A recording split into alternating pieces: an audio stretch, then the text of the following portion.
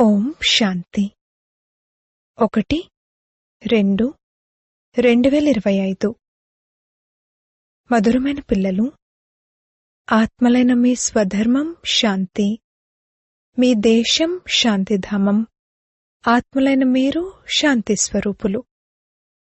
అందుకే మీరు శాంతిని యాచించలేరు. ప్రశ్న: మీ యోగబలం ఏ అద్భుతం చేస్తుంది? జవాబు: యోగబలంతో మీరు మొత్తం ప్రపంచమంతటినీ పవిత్రంగా తయారు చేస్తారు. ఎంత కొద్దిమంది పిల్లలైన మీరు యోగబలంతో ఈ పర్వతమంతటినీ ఎత్తివేసి బంగారు పర్వతాన్ని స్థాపన చేస్తారు. పంచతత్వాలు సతోప్రధానంగా అవుతాయి, మంచి ఫలాలనిస్తాయి. సతోప్రధాన తత్వాలతో ఈ శరీరాలు కూడా సతోప్రధానంగా ఉంటాయి. అక్కడి ఫలాలు కూడా చాలా పెద్ద పెద్దవిగా రుచికరంగా ఉంటాయి. ఓం శాంతి. ఓం శాంతి అని అన్నప్పుడు చాలా సంతోషం కలగాలి. ఎందుకంటే వాస్తవానికి ఆత్మ ఉన్నదే శాంతి స్వరూపం, దాని స్వధర్మమే శాంతి. దీని గురించి సన్యాసులు కూడా అంటారు, శాంతి అనేది మీ మెడలో హారంలా పడి ఉంది, శాంతిని బయటెక్కడ వెతుకుతారు? ఆత్మ స్వతహాగా శాంతి స్వరూపం. ఈ శరీరంలోకి పాత్ర అభినయించడానికి రావాల్సి వస్తుంది. ఆత్మ సదా శాంతిగా ఉన్నట్లయితే మరి కర్మలెలా చేస్తుంది? కర్మలైతే చేయవలసిందే. అయితే శాంతిధామంలో ఆత్మలు శాంతిగా ఉంటాయి, అక్కడ శరీరం ఉండదు. నేను ఆత్మను, శాంతిధామ నివాసిని అని సన్యాసులు మొదలైన వారెవ్వరూ భావించరు. శాంతిధామం మన దేశమని, తర్వాత మనం సుఖధామంలోకి వచ్చి పాత్ర అభినయిస్తామని, ఆ తర్వాత దుఃఖధామంలో రావణరాజ్యం ఉంటుందని పిల్లలైన మీకు అర్థం చేయించడం జరిగింది. ఇది 84 జన్మల కథ. నీకు నీ జన్మల గురించి తెలియదు అని అర్జునుడి కోసం భగవాన్ వాచ ఉంది కదా. కేవలం అతనొక్కరికే ఎందుకు చెప్పారు? ఎందుకంటే అతనొక్కరిదే గ్యారంటీ ఉంది. ఈ రాధాకృష్ణులదే గ్యారంటీ ఉంది కదా. అందుకే వీరికే చెప్పారు. ఈ పిల్లలంతా ఎవరైతే ఉన్నారో అందరూ ఏమీ 84 జన్మలు తీసుకోరని తండ్రికి కూడా తెలుసు, అలాగే పిల్లలకు కూడా తెలుసు. కొందరు మధ్యలో వస్తారు, కొందరు అంతిమంలో వస్తారు. ఇతని పాత్ర మాత్రం నిశ్చితమైనది. ఇతన్నే హే బచ్చే అని అంటారు. కావున ఇతను అర్జునుడైనట్లు కదా. తండ్రి ఈ రథంలో కూర్చున్నారు కదా. మనం జన్మ ఎలా తీసుకుంటాము అనేది పిల్లలు స్వయం కూడా అర్థం చేసుకోగలరు. సేవే చేయకపోతే ఇక సత్యుగ కొత్త ప్రపంచంలోకి మొట్టమొదటి ఎలా రాగలరు? వారి భాగ్యంలో ఏముంటుంది? తర్వాత ఎవరైతే జన్మ తీసుకుంటారో వారికైతే ఇది పాత ఇంటిలా అవుతూ ఉంటుంది కదా. ఎవరి విషయంలోనైతే మీరు కూడా నిశ్చితం అని అనుకుంటారో నేను వారి కోసమే చెప్తున్నాను. మమ్మా బాబా 84 జన్మలు తీసుకుంటారని మీరు కూడా అర్థం చేసుకోగలరు. కుమార్క ఉన్నారు, జనక్ ఉన్నారు. ఇటువంటి మహారథులు ఎవరైతే ఉన్నారో వారు 84 జన్మలు తీసుకుంటారు. ఎవరైతే సేవ చెయ్యరో వారు తప్పకుండా కొన్ని జన్మల తర్వాత వస్తారు. మేమైతే ఫెయిల్ అయిపోతాము, చివర్లో అంతిమంలోనే వస్తాము అని వారు కూడా అర్థం చేసుకుంటారు. స్కూల్లో పరుగు పందెంలో లక్ష్యం వరకు చేరుకుని మళ్లీ తిరిగి వస్తారు కదా. అందరూ ఒకేలా ఉండలేరు. రేస్లో ఒక్క పావు అంగుళం తేడా వచ్చినా 2వ నంబర్లోకి వచ్చేస్తారు. ఇది కూడా అశ్వరేస్ వంటిదే. అశ్వమని గుర్రాన్నంటారు, అలాగే రథాన్ని కూడా గుర్రం అంటారు. ఇకపోతే దక్ష ప్రజాపిత యజ్ఞాన్ని రచించారని, ఆ యజ్ఞంలో గుర్రాన్ని ఆహుతి చేశారని ఏదైతే చూపిస్తారో వాస్తవానికి ఆ విషయాలేవీ లేవు. దక్ష ప్రజాపిత కూడా లేరు, అలాగే అతను యజ్ఞాన్నేమీ రచించలేదు. పుస్తకాల్లో భక్తి మార్గానికి చెందినవి ఎన్ని కట్టుకథలున్నాయి. వాటి పేరే కథలు. ఎన్నో కథలు వింటూ ఉంటారు. మీరైతే ఇక్కడ చదువుకుంటున్నారు. చదువును కథ అని అనరు. స్కూల్లో చదువుకుంటారు. మాకు ఈ చదువు ద్వారా ఈ ఉద్యోగం లభిస్తుంది అని ఒక లక్ష్యం, ఉద్దేశం ఉంటుంది. ఏదో ఒకటి లభిస్తుంది. ఇప్పుడు పిల్లలైన మీరు చాలా దేహీ అభిమానులుగా అవ్వాలి. ఇదే శ్రమతో కూడుకున్నది. తండ్రిని స్మృతి చేసినట్లయితే వికర్మలు వినాశనమవుతాయి. ప్రత్యేకంగా స్మృతి చేయవలసి ఉంటుంది. నేనైతే శివబాబా బిడ్డనే కదా, ఇక స్మృతి చేయడానికి ఏముంది అన్నట్లు కాదు. అలా కాదు. స్వయాన్ని విద్యార్థిగా భావిస్తూ స్మృతి చెయ్యాలి. ఆత్మలైన మనల్ని శివబాబా చదివిస్తున్నారు. ఇది కూడా మర్చిపోతారు. టీచర్ అయిన శివబాబా ఒక్కరే సృష్టి ఆది మధ్యాంతాల రహస్యాన్ని వినిపిస్తారు. ఇది కూడా గుర్తుండదు. పిల్లలు ప్రతి ఒక్కరూ తమ హృదయాన్ని ప్రశ్నించుకోవాలి. ఎంత సమయం తండ్రి స్మృతి నిలుస్తుంది? ఎక్కువ సమయమైతే బాహ్యముఖతలోనే పోతుంది. ఈ స్మృతే ముఖ్యమైనది. ఈ భారత్ యొక్క యోగానికి చాలా మహిమ ఉంది. కాని యోగాన్ని ఎవరు నేర్పిస్తారు? ఇదెవరికీ తెలీదు. గీతలో శ్రీకృష్ణుడి పేరు వేసేశారు. ఇప్పుడు శ్రీకృష్ణుని స్మృతి చేయడం ద్వారానైతే ఒక్క పాపం కూడా కట్టవదు కదా. ఎందుకంటే అతను ఒక శరీరధారి మాత్రమే. శరీరం పంచతత్వాలతో నిర్మితమైనది. అతణ్ణి స్మృతి చేయడం అంటే మట్టిని స్మృతి చేయడం వంటిది, లేక పంచతత్వాలను స్మృతి చేయడం వంటిది. శివబాబా అయితే అశరీరి కావున అశరీరిగా అవ్వండి, తండ్రినైనా నన్ను స్మృతి చేయండి అని చెప్తారు. ఓ పతిత పావన అని అంటారు కూడా. మరి వారు ఒక్కరే అయినట్లు కదా. గీతా భగవానుడు ఎవరు అని యుక్తిగా అడగాలి. రచయిత అయిన భగవంతుడైతే ఒక్కరే ఉంటారు. ఒకవేళ మనుషులు తమను తాము భగవంతునిగా చెప్పుకున్నా కూడా మీరందరూ నా పిల్లలు అని ఎప్పుడు అనరు. వారు తతత్వమనంటారు, లేకపోతే ఈశ్వరుడు సర్వవ్యాపి అనంటారు. నేను కూడా భగవంతుణ్ణే, నీవు కూడా భగవంతుడివే, ఎక్కడ చూసినా నీవే నీవు, రాళ్లల్లో కూడా నీవే అననేస్తారు. అంతేకాని మీరు నా పిల్లలు అని అనలేరు. ఓ నా ప్రియమైన ఆత్మిక పిల్లలు అని తండ్రే అంటారు. ఈ విధంగా ఇంకెవ్వరూ అనలేరు. ఒకవేళ ఎవరైనా ముసల్మాన్లను నా ప్రియమైన పిల్లలు అనంటే చెంపదెబ్బ కొడతారు. ఈ విధంగా ఒక్క పారలౌకిక తండ్రి మాత్రమే అనగలుగుతారు. ఇంకెవ్వరూ సృష్టి ఆది మధ్యాంతాల జ్ఞానాన్ని ఇవ్వలేరు. 84 జన్మల మెట్ల యొక్క రహస్యం గురించి నిరాకారుడైన తండ్రి తప్ప ఇంకెవ్వరూ అర్థం చేయించలేరు. వారి యథార్థమైన పేరు శివ. వారికి మనుషులు ఎన్నో పేర్లు పెట్టారు. అనేక భాషలున్నాయి కావున తమ తమ భాషల్లో పేర్లు పెడుతూ ఉంటారు. బొంబాయిలో బబుల్నాథ్ అని అంటారు కాని దాని అర్థాన్ని అర్థం చేసుకోరు. వారు ముళ్లను పుష్పాలుగా తయారు చేసేవారు అని మీరర్థం చేసుకున్నారు. భారత్లో శివబాబాకు కొన్ని వేల పేర్లుంటాయి. వాటి అర్థమేమీ తెలీదు. తండ్రి పిల్లలకే అర్థం చేయిస్తారు.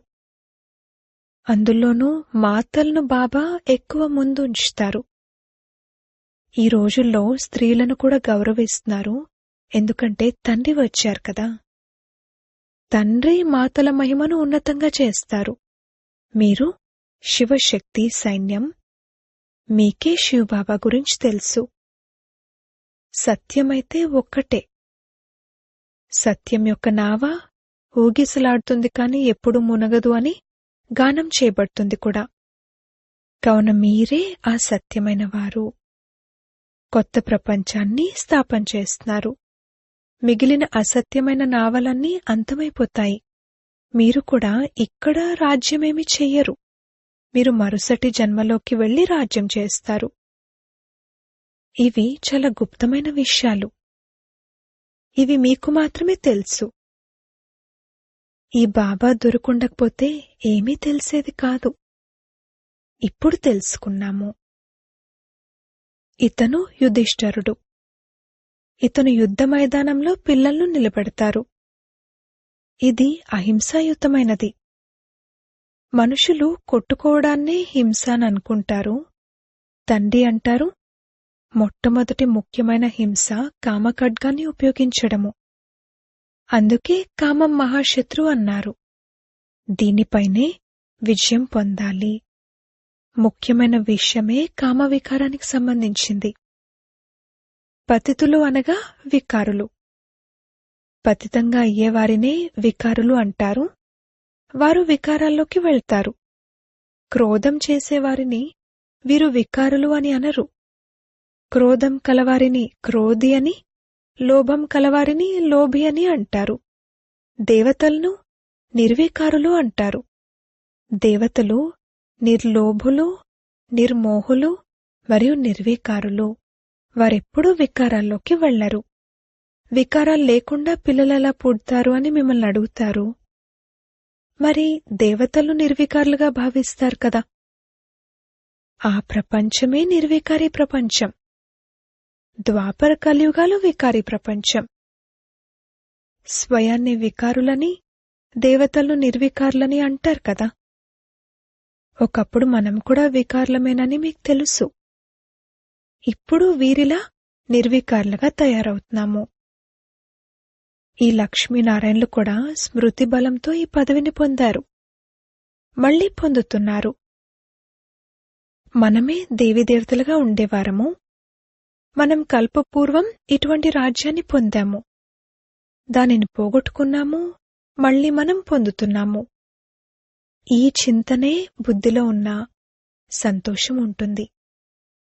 కాని మాయ ఈ స్మృతిని మరిపింపచేస్తుంది. మీరు స్థిరమైన స్మృతిలో ఉండలేరని బాబాకు తెలుసు. పిల్లలైన మీరు అచలంగా ఉంటూ స్మృతి చేస్తూ ఉన్నట్లయితే త్వరగా కర్మాతీత అవస్థ తయారవుతుంది మరియు ఆత్మ తిరిగి వెళ్ళిపోతుంది. కాని అలా జరగదు. మొదటి నంబర్లోనైతే ఇతను వెళ్తారు. ఆ తర్వాత శివబాబా ఊరేగింపు. వివాహంలో మాతలు మట్టి పాత్రలో జ్యోతి వెలిగించి తీసుకువెళ్తారు కదా. ఇది దానికే గుర్తు. ప్రియుడైన శివబాబా అయితే సదా వెలుగుతూ ఉండే జ్యోతి. వారు మిగిలిన మనందరి జ్యోతులను వెలిగించారు. ఇక్కడ ఈ విషయాన్ని వారు భక్తి మార్గంలోకి తీసుకువెళ్లారు. మీరు యోగ బలంతో మీ జ్యోతిని వెలిగించుకుంటారు. యోగంతో మీరు పవిత్రంగా అవుతారు. జ్ఞానం ద్వారా ధనం లభిస్తుంది. చదువును సంపాదనకు ఆధారం అంటారు కదా. యోగ బలంతో మీరు విశేషంగా భారత్ను మరియు మొత్తం విశ్వమంతటిని పవిత్రంగా తయారు చేస్తారు. ఇందులో కన్యలు చాలా చక్కటి సహాయకులుగా అవ్వగలరు. సేవ చేసి ఉన్నత పదవిని పొందాలి. జీవితాన్ని వర్జతుల్యంగా తయారు చేసుకోవాలి, తక్కువగా కాదు. మాతాపితలను అనుసరించండి అని గానం చేస్తూ ఉంటారు. మాతాపితలను మరియు అనన్యులైన సోదరీ సోదరులను చూడండి. మీకు 2 తండ్రులున్నారు. లౌకిక తండ్రి మరియు పారలౌకిక తండ్రి అని మీరు ప్రదర్శనలో కూడా అర్థం చేయించొచ్చు. వీరిరువురిలో పెద్దెవరు? తప్పకుండా అనంతమైన తండ్రే పెద్దవారు కదా. వారసత్వం వారి నుండే లభించాలి. ఇప్పుడు వారు వారసత్వాన్ని ఇస్తున్నారు. విశ్వానికి యజమానులుగా తయారు చేస్తున్నారు. భగవాన్ వాచ, మీకు రాజయోగాన్ని నేర్పిస్తాను. అప్పుడు మీరు మరుసటి జన్మలో విశ్వానికి యజమానులుగా అవుతారు. తండ్రి కల్పకల్పము భారత్లోకి వచ్చి భారత్ను చాలా షావుకారుగా తయారు చేస్తారు. మీరు ఈ చదువు ద్వారా విశ్వానికి యజమానులుగా అవుతారు. ఆ చదువు ద్వారా ఏం లభిస్తుంది? ఇక్కడైతే మీరు 21 జన్మల కొరకు వజ్రం వలె తయారవుతారు.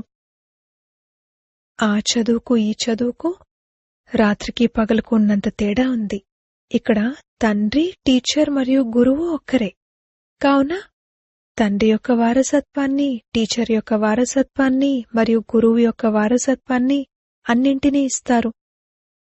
ఇప్పుడు తండ్రి అంటారు, దేహసహితంగా అందర్నీ మర్చిపోవాలి. మీరు మరణిస్తే మీకు సంబంధించి ప్రపంచమంతా మరణించినట్లే. తండ్రికి దత్తత తీసుకోబడ్డ పిల్లలుగా అయిన తర్వాత ఇంకెవరిని స్మృతి చేస్తారు? ఇతరులను చూస్తున్నా చూడనట్లుగా ఉంటారు. పాత్రను కూడా అభినయిస్తారు. కాని ఇప్పుడు మేమింటికి వెళ్ళాలి, మళ్ళీ ఇక్కడికొచ్చి పాత్రను అభినయించాలి అని బుద్ధిలో ఉంది. ఈ విషయం బుద్ధిలో ఉన్నా ఎంతో సంతోషం ఉంటుంది. పిల్లలు దేహభానాన్ని వదిలేయాలి. ఈ పాత వస్తువునిక్కడ వదిలేసి ఇప్పుడు తిరిగి వెళ్ళాలి.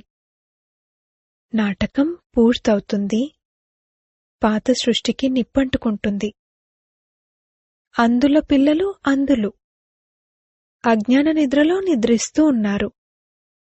దీనికి వారు నిద్రపోతున్న మనిషిని చూపించారేమో అని అనుకుంటారు. కాని ఇది అజ్ఞాన నిద్రకు చిహ్నం. ఆ నిద్ర నుండి మీరిప్పుడు మేల్కొలుపుతారు. జ్ఞానమనగా దినం సత్యుగం, అజ్ఞానమనగా రాత్రి కలియుగం. ఇవి బాగా అర్థం చేసుకోవాల్సిన విషయాలు. కన్య వివాహం చేసుకుంటే తన తల్లిదండ్రులు, అత్తమామలు మొదలైన వారంతా కూడా గుర్తుకొస్తారు. వారిని మర్చిపోవలసి ఉంటుంది. మేము యుగళలు అయ్యుండి కూడా ఎప్పుడూ వికారాల్లోకి వెళ్ళము అని సన్యాసులకు చూపించే యుగళలు కూడా ఉన్నారు. జ్ఞానఖడ్గం మధ్యలో ఉంది. పవిత్రంగా ఉండాలి అన్నది తండ్రి ఆజ్ఞ. చూడండి, రమేష్ మరియు ఉషా ఉన్నారు. వారెప్పుడూ పతితంగా అవ్వలేదు. ఒకవేళ మేం పతితంగా అయ్యామంటే 21 జన్మల రాజ్యం కోల్పోతాము, దివాలా తీస్తాము అన్న భయం ఉంది. ఇందులో కొందరు ఫెయిల్ అవుతూ ఉంటారు. గాంధర్వ వివాహం అన్న పేరైతే ఉంది కదా. పవిత్రంగా ఉన్నట్లయితే చాలా ఉన్నతమైన పదవి లభిస్తుంది అని మీకు తెలుసు. ఒక్క జన్మ కొరకు పవిత్రంగా అవ్వాలి. యోగబలంతో కర్మేంద్రియాలపై కూడా కంట్రోల్ వచ్చేస్తుంది. యోగబలంతో మీరు మొత్తం ప్రపంచమంతటినీ పవిత్రంగా తయారు చేస్తారు.